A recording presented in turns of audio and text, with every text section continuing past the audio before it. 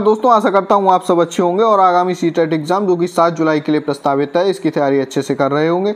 आज हम CDP pedagogy का एक बहुत इंपॉर्टेंट मॉक टेस्ट लेकर आए हैं, जिसमें सीटेट 2011 से 2024 तक के आए हुए प्रश्नों का एक तरीके से निचोड़ या बहुत इंपॉर्टेंट प्रश्नों को सम्मिलित किया गया है, जो कि सीटेट जुलाई 2024 में होने वाले एग्जाम के लिए बहुत ज़्यादा इंपॉर्टेंट है। एक तरीके से ये आपकी स्ट्रेंथ चेक करने के लिए और रिवीजन करने के लिए, दोनों पर्पस के लिए बहुत ज़्यादा इंपॉर्टेंट वीडियो है। तो चलिए वीडियो को शुरू करते हैं। छोटा वीडियो रहने वाला है, थोड़ा स्पीड से हम क्वेश्चंस को लगाएंगे, लेकिन क्वेश्चंस लगाने से पहले अगर आप हमारे चैनल पर नए हैं तो प्लीज़ चैनल को सब्सक्राइब जरूर करें, और अभी तक आपने हमारा टेलीग्राम ज्वाइन नहीं किया है तो लिंक डिस्क्रिप्शन में, वहाँ से ज्वाइन कर सकते हैं। और प्रैक्टिस लगाने के लिए आप हमारी वेबसाइट abhyasclasses.in का ही प्रयोग कर सकते हैं। तो चलिए, पहला प्रश्न है कि स्वालीनता ग्रसित विद्यार्थी विशिष्ट रूप से किस व्यवहार को प्रदर्शित करते हैं। देखिए, इस रोग का नाम है ऑटिज्म, और मैं इसको बता दूं, जो ऑटिज्म होता है या स्वालीनता होता है, इसमें क्या होता है, संप्रेषण में बाधा उत्पन्न होती है, यानी कम्युनिकेशन में बाधा उत्पन्न होती है। लेकिन ये एक व्यवहार को प्रदर्शित करते हैं जिसे कहते हैं पुनरावृत्ति आचरण या व्यवहार, यानी किसी बात को बार बार दोहराना या बार बार कहना। ठीक है, तो अगर दोष पूछा जाता तो आप लगाते संप्रेषण, और आपसे पूछा गया है किस रूप को या किस व्यवहार को प्रदर्शित करते हैं, किस विशिष्ट रूप को प्रदर्शित करते हैं, तब आपको आंसर लगाना है पुनरावृत्ति आचरण या व्यवहार। ठीक है, क्वेश्चन नंबर 2 है कि जीन पियाजे के अनुसार मस्तिष्क में ज्ञान की व्यवस्थित संरचनाओं को क्या कहा जाता है। इंपॉर्टेंट प्रश्न है और आपको पता होगा, इसे स्कीमा कहते हैं। संचालन, अनैच्छिक क्रियाएं और संप्रत्यय, ये सारे गलत हैं। ठीक है, मैं बहुत ज़्यादा यहाँ पे डिटेल एक्सप्लेनेशन नहीं करूँगा, रिवीजन वीडियो है। चूँकि आपको डिटेल वीडियो देखने हैं तो सभी वीडियो हमारे सीटेट प्लेलिस्ट में जाके देख सकते हैं। सभी जीन पियाजे से संबंधित या लॉरेंस कोहलबर्ग, सभी सेपरेट वीडियो चैप्टर्स के अवेलेबल हैं, उनको आप देख लीजिए। क्वेश्चन नंबर 3 है बुद्धिलब्धि यानी कि IQ परीक्षण की आलोचना करने का आधार क्या है। पक्षपाती मानदंड, गुणात्मक आकलन का प्रयोग, सांस्कृतिक संवेदनशीलता को ध्यान में रखना, बच्चे के सामाजिक परिप्रेक्ष्य को शामिल करना। देखिए, इसमें बच्चे के सामाजिक परिप्रेक्ष्य को शामिल करना गलत है। ठीक है, सांस्कृतिक संवेदनशीलता को ध्यान में रखना ये भी गलत है, गुणात्मक आकलन का प्रयोग ये भी गलत है। क्या है कि पक्षपाती मानदंड, ठीक है, इंटेलिजेंस क्वोशिएंट है, वो पूरी तरीके से, यानी कि बुद्धिलब्धि जो चेक की जाती है वो कहीं ना कहीं पूर्वाग्रह से संबंधित होती है, थोड़ा बहुत पूर्वाग्रह को रिलेट करती है। ठीक है, इसलिए वो बताती है कि थोड़ा बहुत वह पक्षपाती है। तो पहला ऑप्शन इसका सही होगा। चौथा नंबर क्वेश्चन है कि रेशमा एक 3 साल की उम्र से ही स्वतंत्र रूप से पढ़ने लगी, उसने अपनी पहुंच की हर किताब पढ़ ली।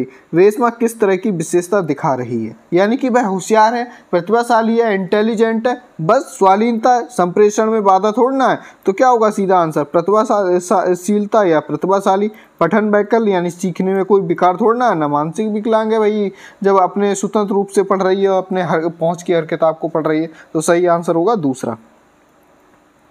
5 नंबर क्वेश्चन है मूल्यांकन को अधिगम के लिए मूल्यांकन के रूप में इस्तेमाल करने के लिए क्या करना चाहिए। तो देखिए, एक कॉन्सेप्ट याद रखिए, जब मूल्यांकन की बात आए तो CCE यानी सतत एवं व्यापक मूल्यांकन होना चाहिए, यानी कि सतत का मतलब निरंतर प्रक्रिया के रूप में। ठीक है, तो मूल्यांकन क्या है, एक निरंतर प्रक्रिया के रूप में करें। आधा पाठ्यक्रम पूरा होने के बाद मूल्यांकन करें, गलत। सत्र के अंत में मूल्यांकन करें, गलत। सत्र के शुरू में ही मूल्यांकन करें, गलत। ठीक है, क्योंकि ये कैसा है, कॉन्टिन्यूस एंड कॉम्प्रिहेंसिव इवैल्यूएशन, सतत है, लगातार चलता रहता है। ठीक है, मूल्यांकन और आकलन का एक सेपरेट वीडियो है जिसमें टैग वर्ड्स को बहुत अच्छे से इंक्लूड किया गया है। उन टैग वर्ड्स को अगर आप देख लेते हैं तो इससे आपके 4-5 प्रश्न सही हो जाएंगे। कई उसमें कॉन्सेप्ट या कई उसमें चैप्टर्स शामिल हैं, तो उस वीडियो को आप सीटेट प्लेलिस्ट से देख लीजिए। क्वेश्चन नंबर 6 है, देखिए, एक अभिभावक आपसे विद्यालय में मिलने के लिए नहीं आता है, आप बच्चे की उपेक्षा करेंगे, गलत।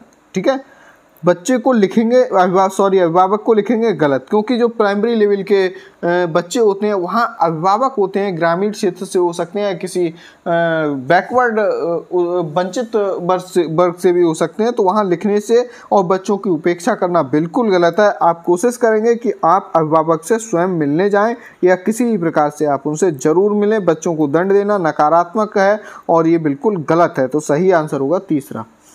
क्वेश्चन नंबर 7 देखिए कि असंगठित घर से, फिर वैसा ही प्रश्न है, घर से आने वाला बच्चा सबसे अधिक कठिनाई का अनुभव कहाँ करेगा? सुनिर्मित पाठों में, बिल्कुल गलत। सुनिर्मित पाठ तो उसे बहुत अच्छे लगेंगे, स्वतंत्र अध्ययन भी अच्छा लगेगा उसे, ठीक है। यानी कि औपचारिक और अनौपचारिक दोनों तरीके से पढ़े हुए।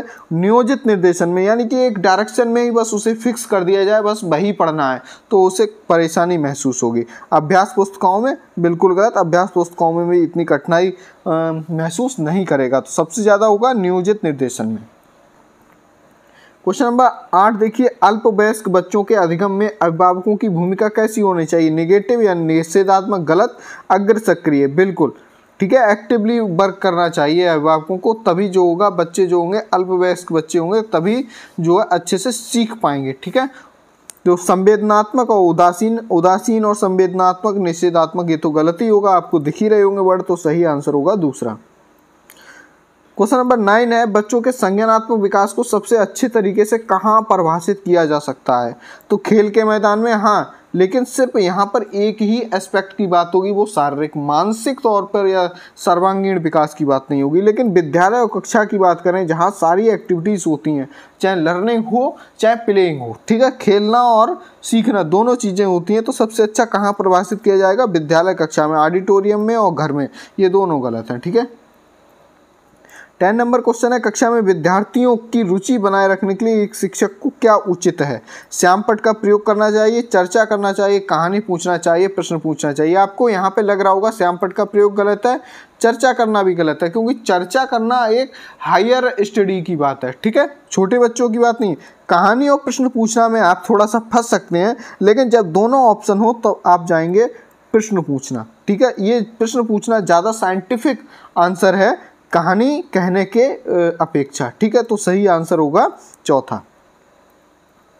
क्वेश्चन नंबर 11 देखिए, विद्यार्थियों को विद्यालय में खेलना क्यों उचित है? उन्हें शारीरिक रूप से सशक्त बनाएगा। सिर्फ जो खेल है वो सिर्फ शारीरिक रूप से ही सशक्त नहीं बनाता है, ठीक है, तो ये पहला गलत। ये शिक्षकों के लिए काम आसान करेगा, ये तो बिल्कुल ही गलत है। खेल शिक्षकों को काम आसान करने के लिए नहीं होता है, बल्कि बच्चे भी उससे सीखे। समय बिताने में सहायक होगा, गलत। ये सहयोग एवं संतुलन का विकास करेगा। सबसे बड़ी बात होती है ये अनुशासन और सहयोग का विकास करता है खेल, तो सही आंसर चौथा होगा। क्वेश्चन नंबर 12 है, परिवार एक साधन है। परिवार कैसा साधन है? अनौपचारिक शिक्षा का औपचारिक, गैर औपचारिक शिक्षा होती नहीं है, ठीक है।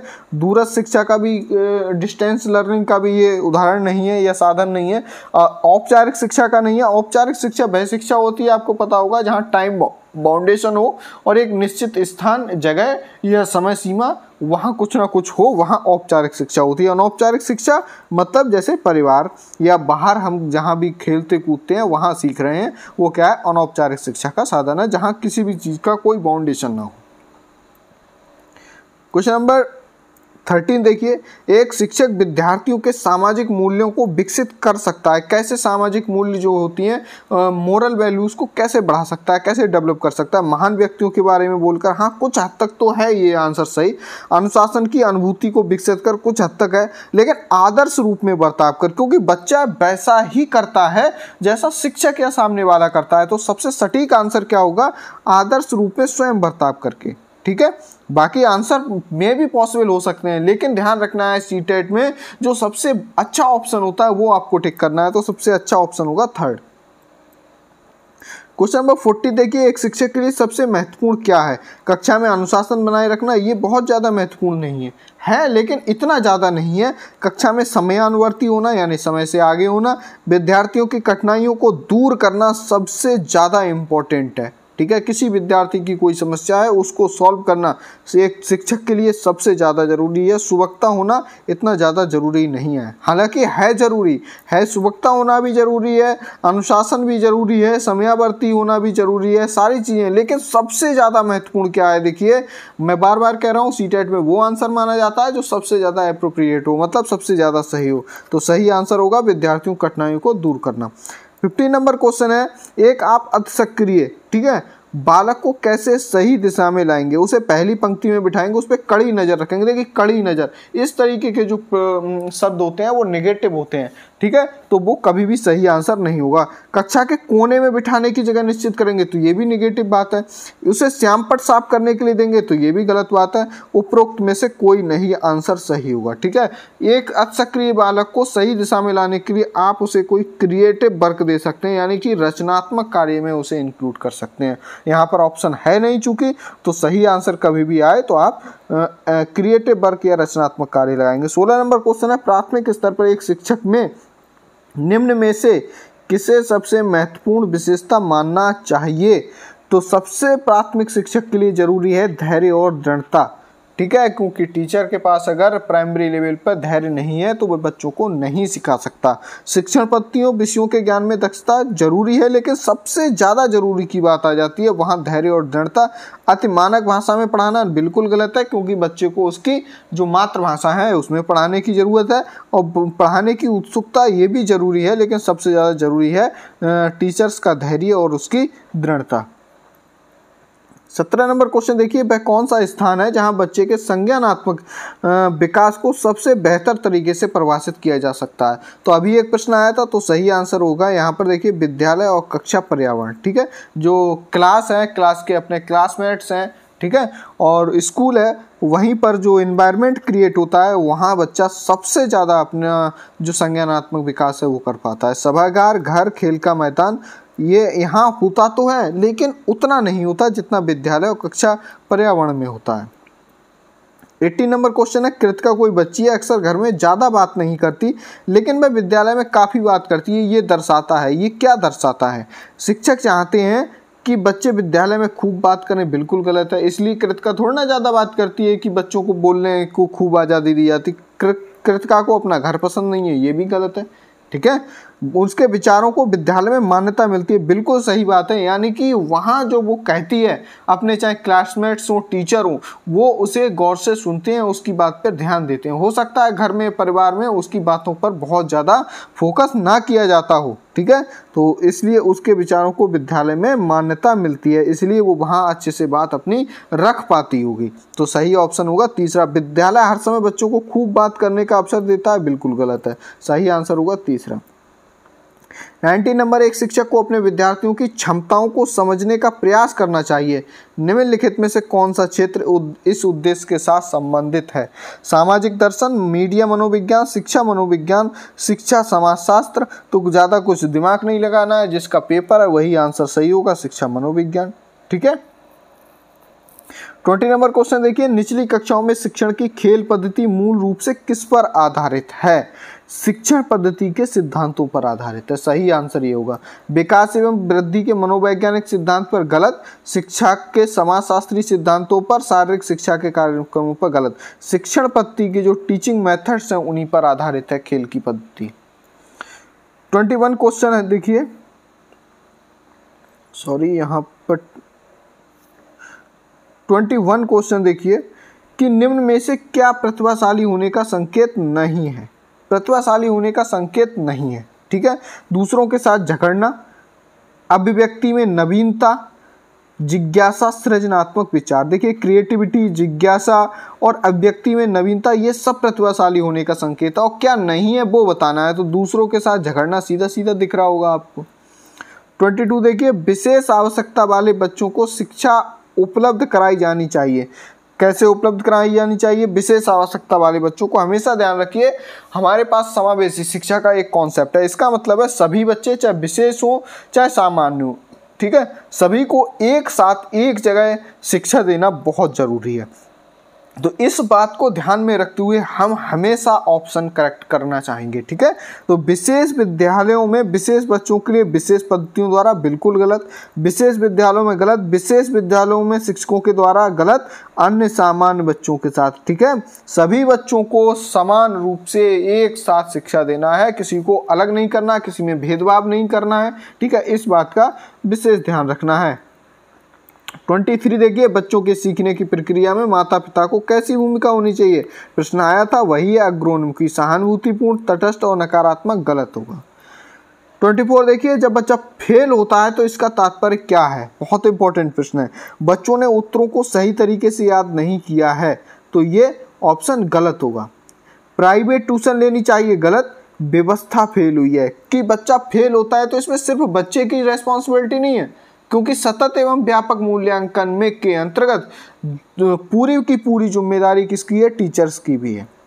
इसका मतलब पूरा सिस्टम फेल हो जाता है। जब बच्चा फेल होता है तो पूरी व्यवस्था फेल हुई है। बच्चा पढ़ाई के योग्य नहीं है ऐसा नहीं है, ये गलत है। ठीक है, तीसरा ऑप्शन सही होगा।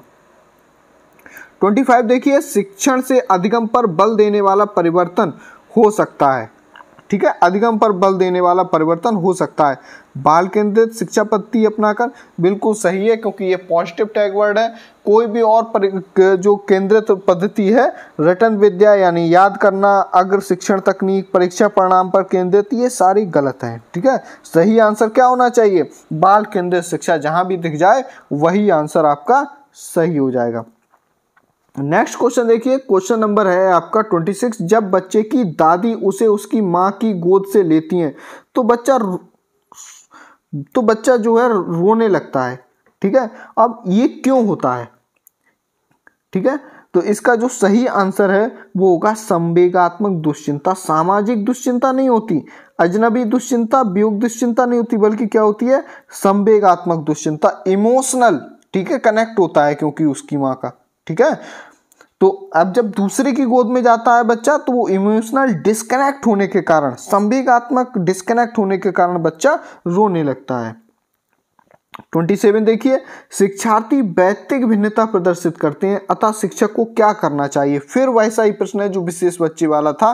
देखिए, एक ही जैसे सारे प्रश्न होते हैं, घुमा फिरा के दिए होते हैं। आप एक दो कॉन्सेप्ट को रट लीजिए और वहां से आप आंसर को एलिमिनेट कर दीजिए। ठीक है, ये सबसे अच्छा मेथड होता है सवाल सही करने का। तो वैयक्तिक भिन्नता प्रदर्शित करते हैं, अर्थात शिक्षक को सीखने के विविध अनुभवों को उपलब्ध कराना चाहिए। कठोर अनुशासन गलत, परीक्षाओं की संख्या, परीक्षा तो नाम ही नेगेटिव है, कभी ऑप्शन ही सही नहीं होगा। मेरा एक सेपरेट वीडियो है, आकलन मूल्यांकन सीसी, ठीक है, समस्या समाधान, उसको देख लीजिए, वहां से बहुत प्रश्न आपके सही हो जाएंगे। अधिगम की एक समान गति पर बल देना गलत, तो सही आंसर है सीखने के विविध अनुभवों को उपलब्ध कराना।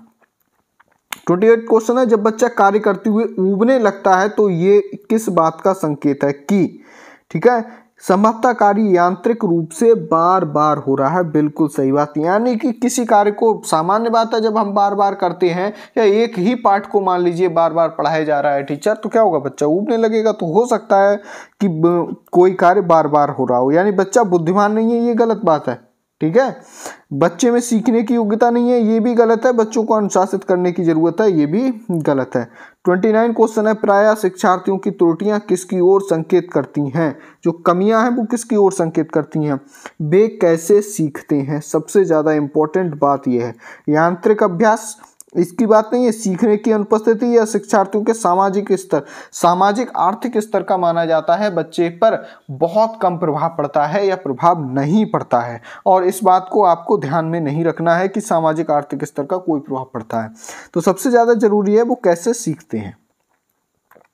30 नंबर क्वेश्चन है, जब एक निरयोग बच्चा पहली बार विद्यालय आता है तो शिक्षक को क्या करना चाहिए। निरयोग का मतलब वो एकदम नवीन है और कुछ नहीं जानता है, तो अध्यापक को क्या करना चाहिए।